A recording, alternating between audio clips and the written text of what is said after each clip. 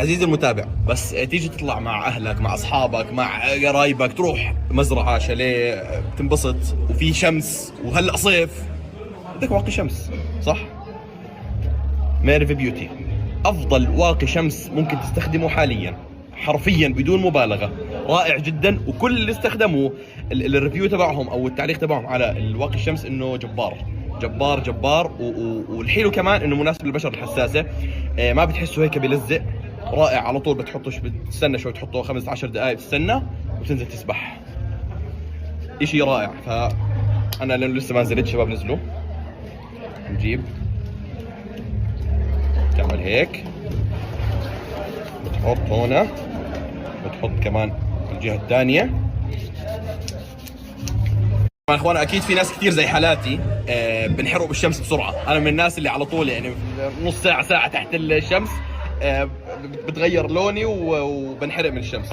فلذلك والله واقي الشمس من ميرف بيوتي هو الخيار الافضل للامانة. شوف هيك كيف، السلام يا سلام. تنزل خلص تنزل تستمتع بالشمس.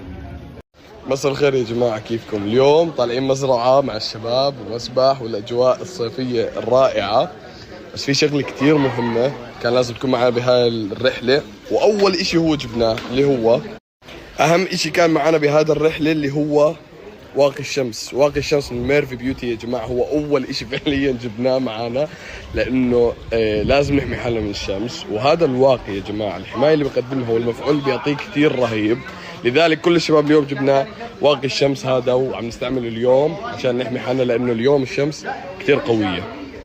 طبعا واقي الشمس يا جماعة بتقدروا تلاقوه في موقع ميرف بيوتي او في الابليكيشن، بتقدروا تنزلوا الابليكيشن وبتقدروا تطلبوا الواقي الشمس وين ما كنتوا، التوصيل لكل مكان في العالم يا جماعة. بتقدروا تطلبوا هذا الواقي. وطبعا في منتجات تانية كتير رهيبة، في كريم تطيب بشرة واشياء تانية، وفي شامبو الصبار برضو جبناه معانا. فهاي المنتجات كلها بتلاقوها في ميرف بيوتي. هاي لينك الموقع، وبتقدروا تحملوا التطبيق زي ما حكيت، تطلبوا وين ما كنتوا بأي مكان بالعالم.